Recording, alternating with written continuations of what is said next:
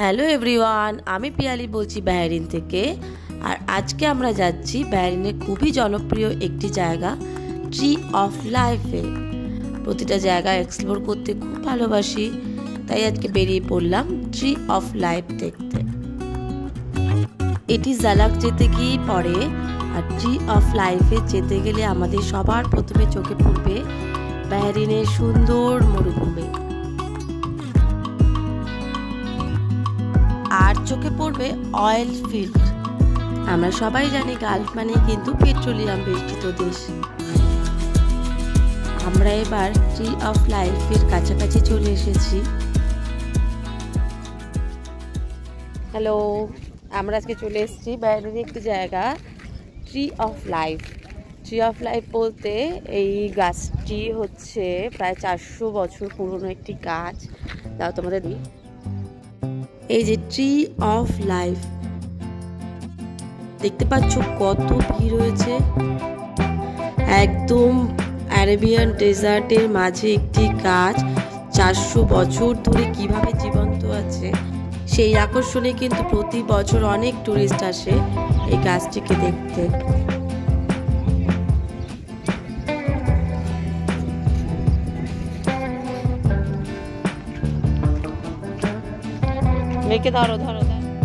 আমরা এবার এগিয়ে যাচ্ছি গাছটির দিকে।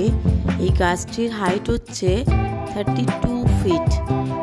আর এটি হচ্ছে, আর এই গাছটির নাম হচ্ছে প্রসপোপিস সিনেরারিয়া ট্রি এর নাম। আসলে এরকম একটি আরাবিয়ান ডেজার্টে ব্যারেন এরিয়াতে কি করে একটি গাছ 400 বছর ধরে আছে আর এত জীবন্ত, সেটাই এখানকার আশ্চর্যকর একটি ব্যাপার, যার জন্য এই গাছটির নাম দেওয়া হয়েছে ট্রি অফ লাইফ। আমরা জানি যে মরুভূমিতে গাছ মানে ক্যাকটাস, এরকম প্রকৃতির গাছ, কিন্তু এখানে এই গাছটা এত বড়, এত সুন্দর। আর দেখো, তোমরা দেখতেই পাচ্ছ এই পাতাগুলো এখনো সবুজ, এখনো কি সুন্দর সবুজ, পুরো গ্রিনারি। সেই গাছ এখনো কি সুন্দর জীবন্ত সতেজ আছে, তার জন্য এই গাছটির নাম দেওয়া হয়েছে ট্রি অফ লাইফ।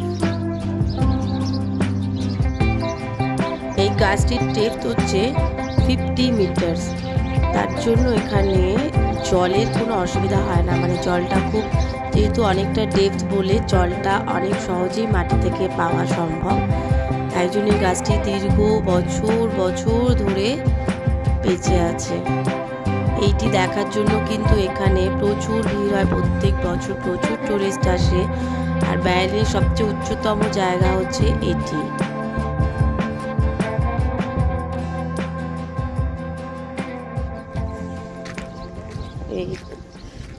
আমরা এবার এগিয়ে যাচ্ছি, দেখি আগে কি আছে, দেখা যাক কি আছে, দেখা যাক, চলো। এই দেখো, বলতে না বলতেই আরাবিয়ান ক্যামেলের সাথে দেখা হয়ে গেছে। এই যে উট চলছে, কি সুন্দর লাগছে। এদিকে সানসেট হচ্ছে, তার ঠিক মাঝ বরাবর যাচ্ছে হচ্ছে উট। আর এই যে সানসেট কিন্তু এখানে অসাধারণ লাগছে। সি বিচের সানসেট তো আমরা দেখেইছি, কিন্তু এই প্রকাণ্ড মরুভূমিতে এত সুন্দর একটা সানসেট অসাধারণ লাগছিল দেখতে। আর দূরে দেখো ওই উটগুলো হেঁটে হেঁটে চলে যাচ্ছে।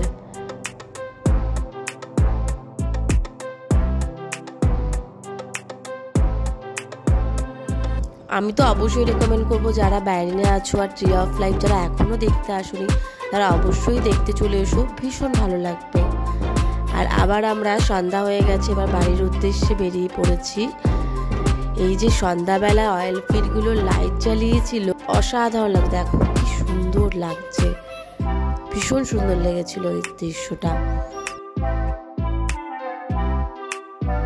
আজকের এই ব্লগটি তোমাদের কেমন লাগলো প্লিজ কমেন্ট করে জানিও।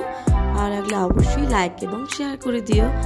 আর অবশ্যই আমার চ্যানেলকে সাবস্ক্রাইব করতে ভুলো না কিন্তু। দেখা হচ্ছে নতুন কোনো ব্লগ নিয়ে, নতুন কোনো টপিক নিয়ে। বাই বাই, সকলে ভালো থেকো।